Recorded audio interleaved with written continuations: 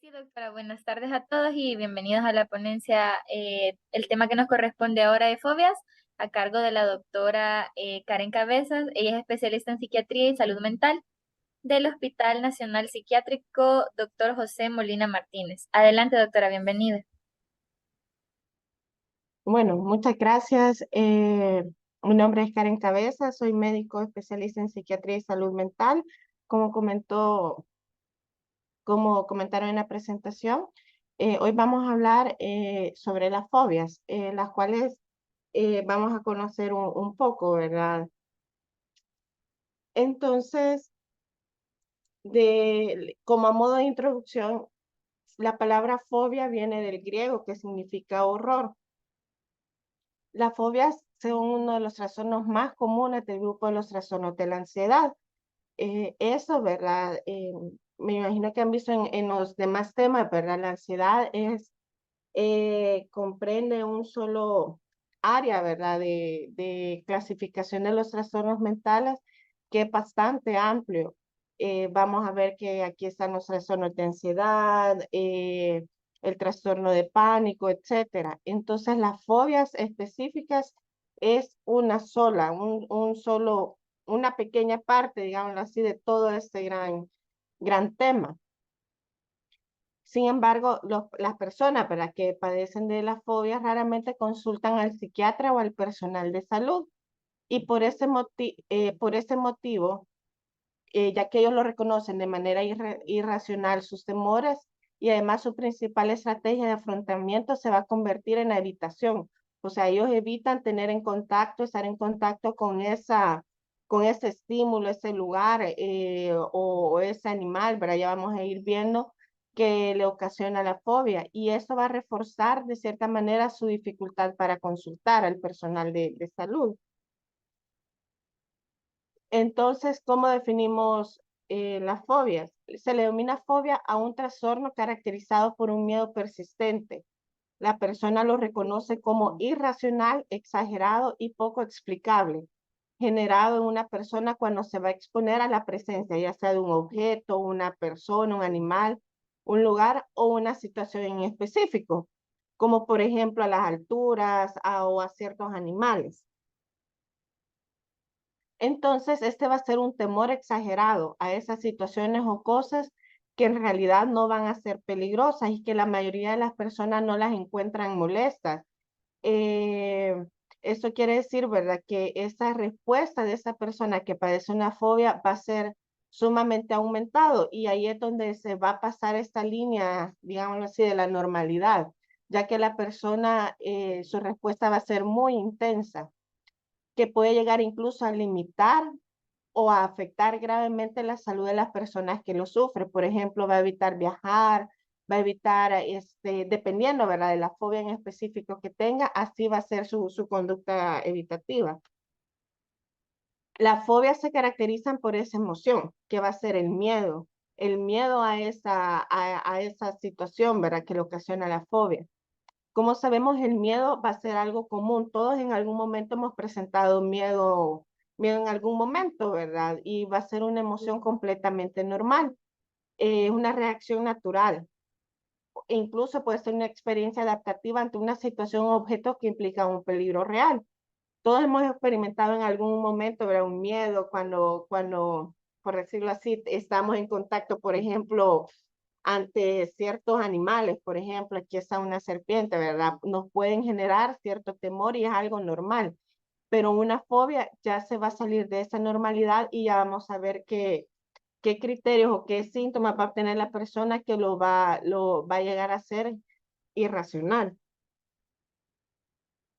En cuanto a la epidemiología, para conocer un poco más sobre la epidemiología de la fobia, en realidad van a tener una aparición bastante temprana en la infancia, aproximadamente los 6 años en promedio para las niñas y a los 12 años en los niños. Y va a tener una edad, una media, ¿verdad? Por decirlo así, de los 14 años. Y va a ser inusual, pero puede existir siempre, ¿verdad? Que se inicie después de los 25 años de edad, pero va a ser bastante extraño. Se dice, como vemos acá, ¿verdad?, que el promedio, el 9% de la población mundial sufre algún tipo de fobia. Si vemos, es un alto porcentaje y por eso es bien importante su detección y derivación oportuna. Y la prevalencia va a ser de 8.9 en general, con niveles de 11.7 para las mujeres y de 6.1 para los hombres. Y se ha registrado más de 500 tipos de fobias. Aquí les mostraré más adelante solo algunas, ¿verdad? Porque incluso ese va en aumento. Cada vez, ¿verdad?, se van detectando más y se van sumando a estas 500 fobias ya detectadas. Cada una va a tener su nombre. También la tasa de prevalencia son similares tanto en Estados Unidos, Canadá, Nueva Zelanda y van a ser menores en países como Taiwán y Corea. Va a tener una alta prevalencia de comorbilidad. ¿Qué quiere decir? Que además de tener una fobia, va a poder presentar otra condición de salud mental, como por ejemplo cuadros depresivos, otros trastornos de ansiedad, etcétera, o consumo de drogas, por ejemplo. Esto va a ocasionar que la persona vaya a tener una mayor limitación de su vida diaria y mayor disminución en la calidad de vida del paciente o de la persona. Es decir, de que cuando esté acompañada la fobia con otra condición, va a ser aún más limitante. Se considera que es causado, en cuanto a la etiología, se considera que es causada por una combinación de factores, tanto biológicos y las circunstancias de la vida. Esto va a ser bien importante, ya que se ha visto que debe haber una condición como desencadenante para desarrollar ese tipo, una fobia en específico.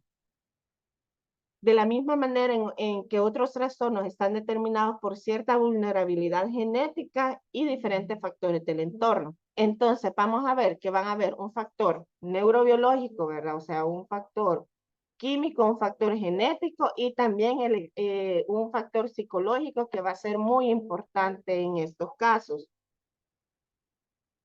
En cuanto a los neurobiológicos, acá vemos, ¿verdad?, ciertas áreas del cerebro, está el hipotálamo, la amígdala, el hipocampo, ¿verdad? Aquí las vamos a tener.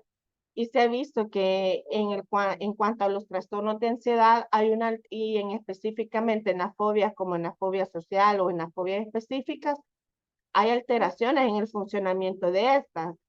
La amígdala y el hipocampo en los pacientes con fobia, por ejemplo, en la fobia social, va a estar alterado, la cual se activa ante situaciones neutras o novedosas. Normalmente, ¿verdad?, el cerebro se va a activar en las situaciones cuando nos exponemos a una emoción fuerte, ¿verdad?, intensa. Y en el caso de eso va a ser en el caso de la fobia, ¿verdad?, va a ser muy similar esa activación. Estudios posteriores han demostrado alteraciones en el eje, ¿verdad?, hipotálamo, hipófisis y suprarrenal.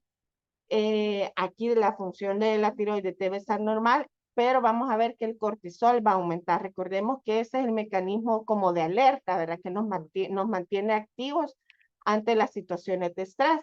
Entonces, lo mismo va a ocurrir en el caso de las fobias. Las personas van a tener alteraciones en el funcionamiento de este eje y cuando se expongan a esto van a ver incluso aumento de los valores de cortisol.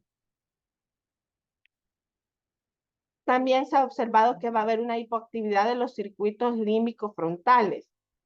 Tenemos, ¿verdad?, que en ciertos estudios de tomografía por emisión de positrones, y que en algunos casos, como en el caso de la fobia social, se van a revertir con tratamiento farmacológico.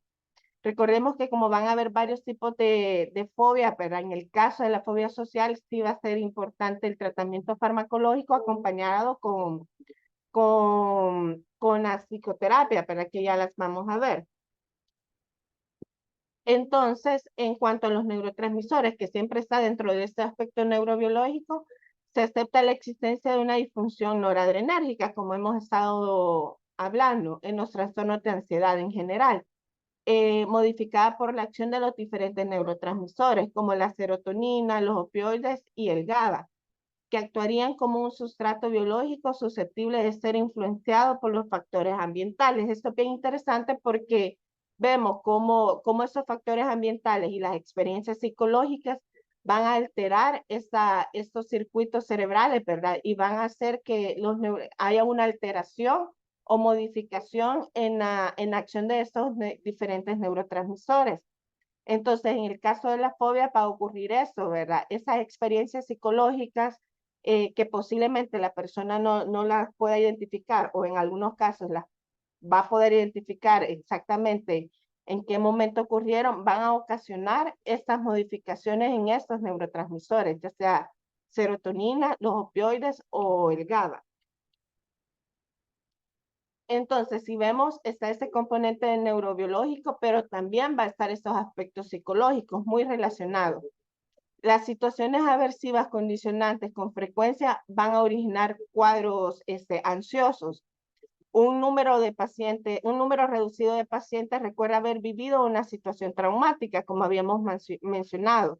Esta puede ocurrir en cualquier etapa y en el caso de la fobia generalmente va a ser en la infancia o en la adolescencia, es decir, en los primeros años de vida, que relacionan con sus síntomas actuales. Es decir, las personas muy pocas veces van a poder identificar esa situación traumática que está relacionada a sus síntomas. Por ejemplo, en ansiedad de separación es un factor de riesgo para la presentación de trastornos de ansiedad en el adulto. La ansiedad por separación es un cuadro ansioso que se da o se identifica en niños pequeños, por ejemplo, cuando son dejados en el kinder, en las primeras etapas escolares y presentan una gran ansiedad de separación a esa figura de apego. Entonces se ha visto que esta condición va a ser un factor de riesgo para un cuadro o un trastorno de ansiedad en personas ya adultas, jóvenes o adultos. Entonces, tenemos aquí, ¿verdad?, los criterios diagnósticos para las fobias específicas. Estos criterios son del DSM-5, que son con la última actualización que ha tenido los diferentes libros que se utilizan en psiquiatría para realizar un diagnóstico. ¿Y cuál va a ser el principal síntoma? Un miedo o una ansiedad intensa por un objeto o una situación específica. Este va a ser como el primero y es bien importante que en el caso de las fobias específicas, la persona debe identificar una situación como tal, porque si no nos puede originar otro diagnóstico que ya vamos a ver los diagnósticos diferenciales. Entonces, ese objeto o situación fóbica se evita o se resiste activamente con miedo o ansiedad inmediata. La persona, como menciona aquí, ¿verdad?, inmediatamente va a evitar o va a resistir tener en contacto o entrar en contacto a esta situación fóbica. Y también va a ser sumamente intensa, como vemos en el otro criterio. Y vamos a ver, ¿verdad? Que aquí es donde, como es bastante intensa, va a generar síntomas fisiológicos, ¿verdad? Va a haber taquicardia, adrenérgicos, como mencionamos, que está relacionado esos neurotransmisores, ¿verdad? Va a haber taquicardia, palpitaciones, incluso puede haber sensación de desvanecimientos, temblor corporal, etcétera. Entonces, esa respuesta va a ser desproporcionado al peligro real que plantea el objeto o situación específica y al contexto sociocultural, ¿verdad? Eso es bien importante, porque dependiendo del contexto sociocultural, así también va a ser, se va a poder medir, ¿verdad? Esta respuesta desproporcionada. El miedo, la ansiedad o la evitación va a ser persistente y dura típicamente 6 o más meses. Para hacer el diagnóstico tiene que haber pasado 6 meses de presentar todos estos síntomas. El miedo, la ansiedad o la evitación va a causar malestar clínicamente significativo o un deterioro en lo social, laboral u otras áreas importantes del funcionamiento. Por ejemplo, si es una fobia a viajar, la persona no va a poder realizar esa situación, lo cual obviamente va a limitar, ¿verdad? O, por ejemplo, si es otra cuestión fóbica a las alturas, va a evitar pasar por un puente, va a evitar subir a cierto nivel, ¿verdad? De algún edificio, etcétera. Entonces eso va a limitar a la persona. Y la alteración no se va a explicar mejor por los síntomas de otro trastorno mental, que ya vamos a ver los diagnósticos diferenciales de la fobia. Entonces, como les mencioné, ¿verdad? Acá vemos, ¿verdad? Que va a haber una respuesta con ansiedad intensa, como se mencionó. Entonces, estos son los síntomas o las manifestaciones clínicas que va a presentar la persona. Y en general la persona va a llegar consultando por estos síntomas, ¿verdad? Como un cuadro de ansiedad, un cuadro de pánico, ¿verdad? Va a llegar a consultar por los síntomas físicos que va a tener, como por ejemplo el aumento de la frecuencia cardíaca, la dificultad respiratoria, ¿verdad? Una sensación de que le hace falta el aire, ¿verdad? Como de ahogo. Puede presentar también sudoración, temblores o estremecimientos, dolor o molestia en el pecho, ¿verdad? Hay personas que sienten hasta como el dolor muy intenso, como que tuviera un infarto, por decirlo así. Claro, no va a ser importante, ¿verdad? Descartar esa condición, pero hay personas que pueden sentirlo exactamente el malestar en el pecho o cualquier otra situación que nos pueda ocasionar dolor en el pecho, las náuseas, también una sensación de debilidad, temor de perder el control o enloquecer, un entumecimiento, los escalofríos o sofocos o un temor a morir, a morir. Recordemos que estos síntomas van a estar, en el caso de las fobias, o se van a presentar cuando se ponga en contacto con esa situación fóbica, lo que va a ocasionar que el individuo evite entrar, relacionarse con esa situación. Y los síntomas pueden progresar incluso a una crisis de pánico. Los síntomas pueden aparecer cuando el individuo se prepara para enfrentar ese estímulo. Esto se denomina una ansiedad anticipatoria, cuando la persona, por ejemplo, sabe que va a cruzar el puente o que solo el puente, que un ejemplo, ¿verdad? Ese puente es el que lo lleva a donde va a ir, o por ejemplo aquí vemos en la imagen, ¿verdad? La persona que tiene temor a viajar va a presentar estos síntomas o andar en un vehículo, por ejemplo, va a presentar estos síntomas cuando se tenga que enfrentar a ese estímulo. Entonces aquí vemos, para, por ejemplo, en esta persona va a presentar esa ansiedad con ese punto en específico. Para realizar el diagnóstico va a ser necesario que tenga una conducta de evitación, que haya un miedo intenso o la anticipación ansiosa y que todo esto va a interferir significativamente con la rutina diaria de la persona, el funcionamiento social o laboral incluso, o que la persona se muestre muy angustiada por presentar estos síntomas fóbicos. Entonces, como les mencionamos, hay un montón de fobias. Son aproximadamente, se describen 500 tipos. Sin embargo, hay unas que son más usuales que otras. Cada tipo de fobia va a tener su propio nombre. Y en los libros se mencionan como fobias específicas. Aquí les traigo algunos ejemplos de cómo se llaman unas fobias y cuál va a ser como su significado. Por ejemplo, aquí tenemos la acrofobia, que va a ser el miedo a la oscuridad, la acrofobia a las alturas, la aerofobia, que es miedo a volar en aviones, la algofobia, miedo al dolor, la claustrofobia va a ser ese miedo a los espacios cerrados, cromatofobia, miedo a algún color, demofobia va a ser un miedo a las multitudes, entomofobia, miedo a los insectos, glosofobia, miedo a hablar en público, hematofobia, miedo a la sangre, altofobia o ipsofobia también es miedo a las alturas, y atrofobia, miedo a cualquier prueba o estudio médico, la necrofobia, miedo a la muerte o a los muertos, ¿verdad? Todo lo relacionado a esto. También tenemos la nomofobia, miedo a estar sin teléfono, que son de las últimas que se han ido como colocando su propio miedo, su propio nombre, perdón. Mi, mico, Microfobia, miedo a los microbios, misofobia, miedo a la suciedad, musofobia, miedo a los ratones, odontofobia al dentista, teratofobia, miedo a los monstruos, topofobia, miedo a algún lugar, vacinofobia va a ser el miedo a las vacunas, la zoofobia, miedo a los animales. Recordemos que el término fobia va a venir del griego que significa horror. Entonces, aquí está cuáles son las 10 fobias más comunes. Si ven, ¿verdad? Ese 9% se va a traducir a 19.2 millones de personas solo en Estados Unidos van a sufrir algún tipo de fobia. Entonces, las fobias más comunes, acá tenemos que el 74% de todas estas va a ser la glosofobia, que es miedo a hablar en público. El 68% la necrofobia, que es el miedo a la muerte. En tercer lugar, con el 34%, la aracnofobia, que es el miedo a las arañas.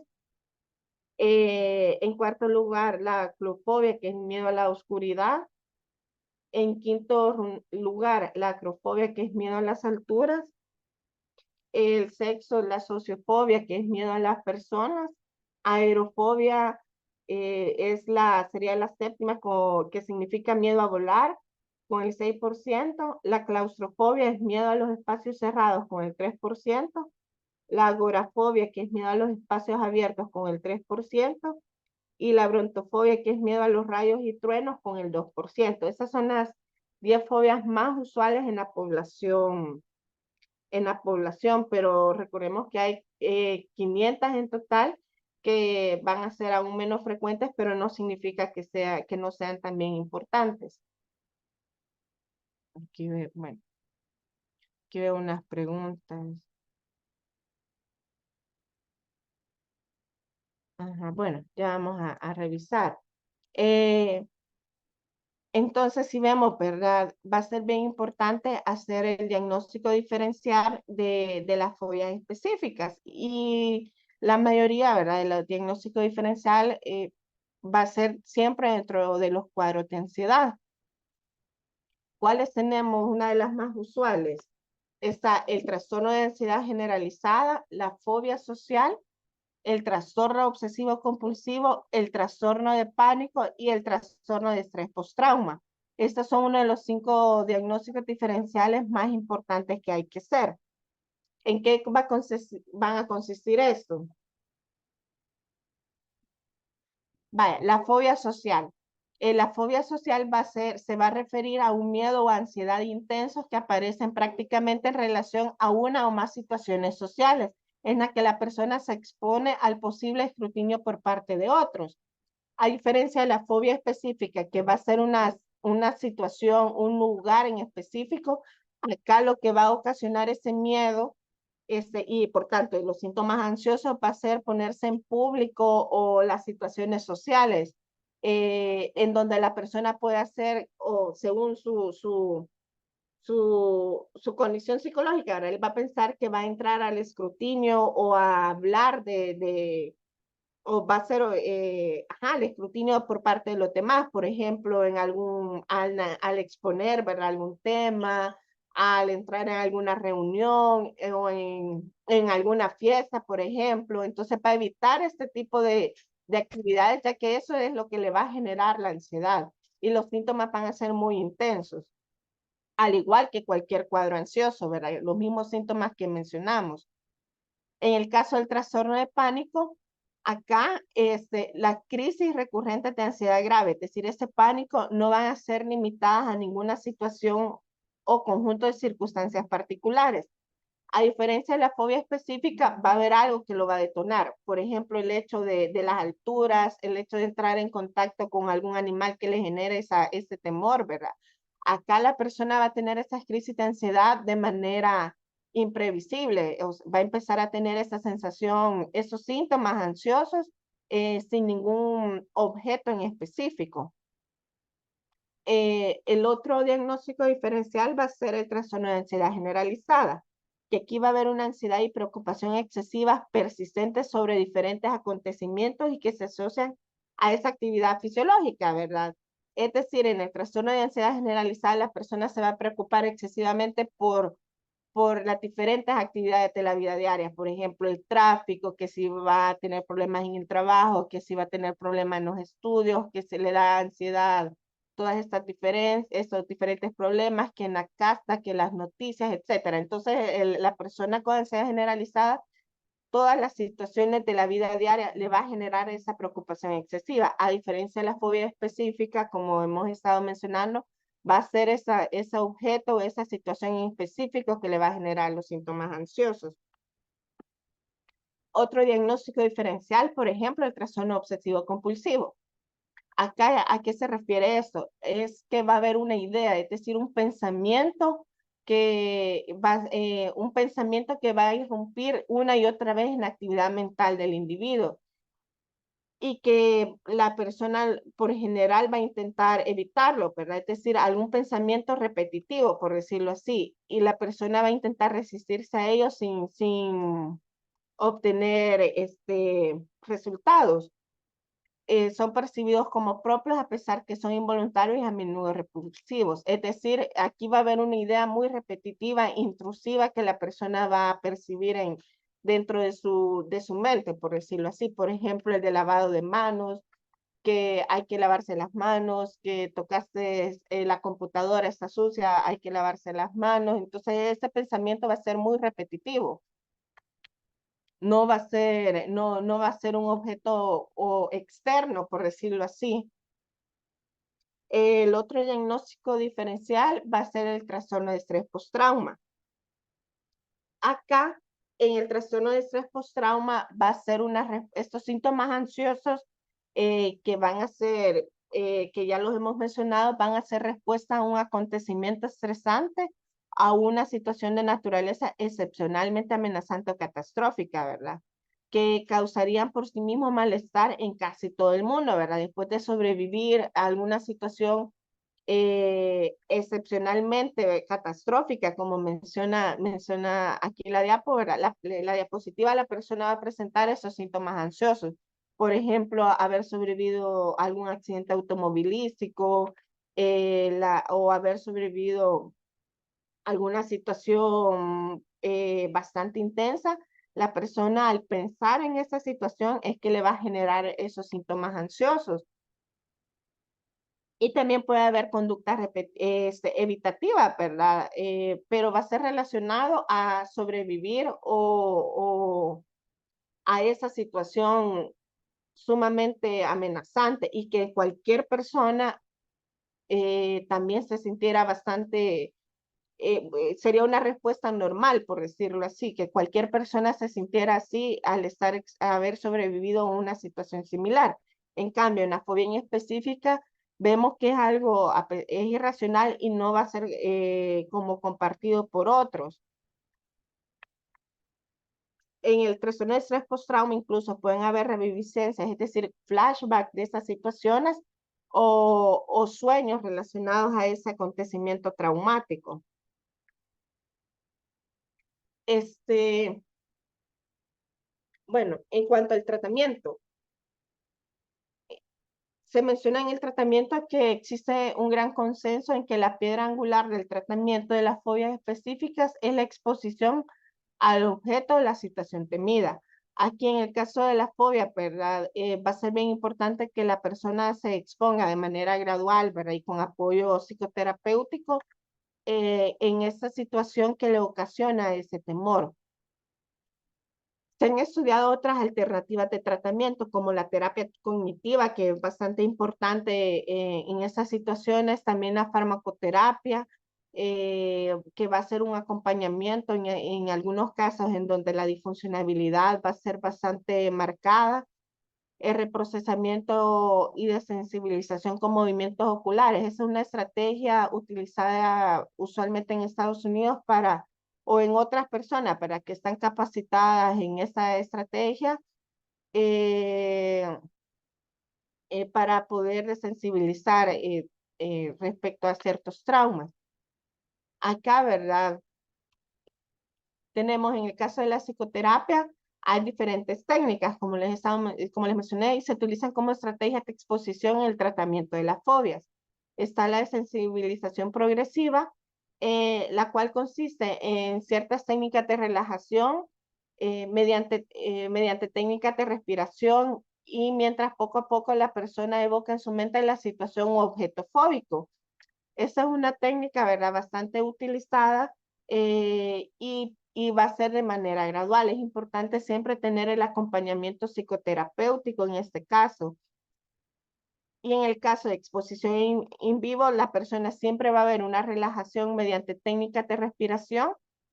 Y acá la persona en vivo, ¿verdad? Como menciona el nombre, se va a exponer a ese objeto fóbico.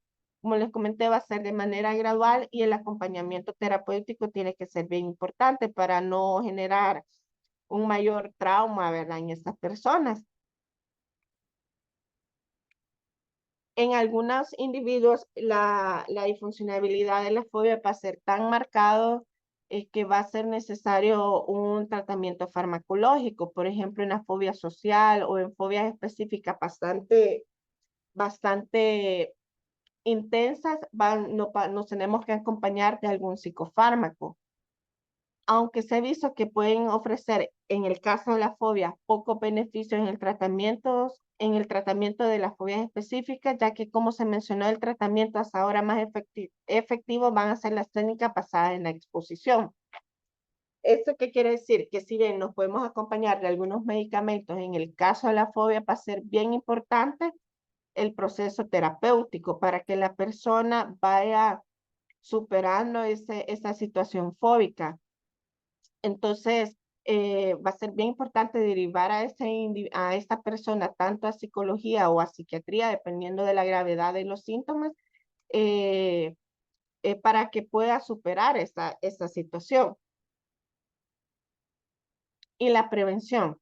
Se menciona que se desconocen medidas preventivas para disminuir la incidencia de las fobias en las personas. Ya que como se sabe, muy pocas personas no reconocen a ciencia, no reconocen, ¿verdad? En qué momento o no recuerdan en qué momento surgió la situación traumática. Pero se ha visto que la detección e intervención temprana puede disminuir la severidad de los síntomas y nos va a permitir mejorar la calidad de vida de las personas, a diferencia de las personas que no son intervenidas. Por tanto, su detección temprana en adolescencia, en adultos jóvenes, va a ser bien importante para que la calidad de vida de estas personas eh, sea, se recupere, ¿verdad? De esta situación fóbica. Bueno, ahí veo en el chat algunos puntos.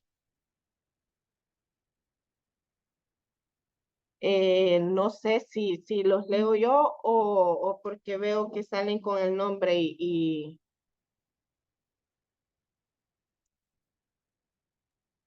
salen con Hola, el nombre. sí, como guste, doctora. Ok, lo Si no, único que... también cualquier participante puede activar su micrófono y para hacer las consultas también por ahí. Ujú.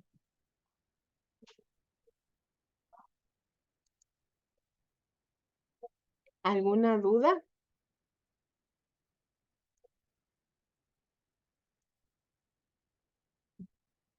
Aquí está. Bueno, voy a leer los comentarios. Bueno, acá mencionan, comentarles que tengo fobia a los murciélagos, pero por más que hago memoria, no recuerdo haber tenido un incidente con estos animales que me haya causado la fobia que tengo. Mi casa, el techo es de teja y a veces se mete alguno y cuando pasa eso mi reacción es gritar y salir corriendo a mi cuarto, pero el corazón me empieza a latir a 1000 por hora, siento un hormigueo en todo mi cuerpo y un calentamiento. Es que no puedo ver algún insecto se acerca a la lámpara. Ah, bueno. Con respecto a esto, ¿verdad? Como mencionamos, muchas personas no van a recordar en qué momento tuvieron esa experiencia traumática, ¿verdad? Es muy usual que las personas no lo recuerden. Sin embargo, si ven, ¿verdad? Tiene esa respuesta bastante intensa que pudiera crear algún problema en ella. Sería bueno que buscara inicialmente una ayuda psicológica, ¿verdad? Si eso le causa bastante disfuncionalidad en su día a día, para poder ayudarle, ¿verdad? Sería bueno que se aboque ya sea a psicología inicialmente y si psicología considera necesario, pues la derivará a psiquiatría, ¿verdad? Porque muchas veces, como mencionamos, es esa exposición y todo eso de manera gradual. pero sí, el acompañamiento psicológico o psicoterapéutico es bien importante. Aquí menciona una situación muy similar, pero relacionada a los insectos, que se acercan a la lámpara de la sala y reflejan una gran silueta, y lo primero que se me viene a la mente es el murciélago y el corazón empieza a tener taquicardia. Ajá, ok. Sí, ¿verdad? Sí, sí, sí. Como se mencionó ahora, sería muy bueno el acompañamiento psicológico, porque incluso si al ver siluetas en los insectos referente a los murciélagos, es que ya le está generando bastantes problemas en su día a día. Así que sí es necesario el acompañamiento, al menos psicológico, para ir superando esa situación. Y bueno, ahí menciona también, sería bueno compartir al correo las diapositivas. Yo lo puedo enviar si gustan al correo de las personas que estén interesados en el tema. Ahí si gustan dejan su correo electrónico. Muchas gracias, doctora. No sé si hay alguna otra pregunta o comentario. Los invitamos a que puedan abrir sus micrófonos.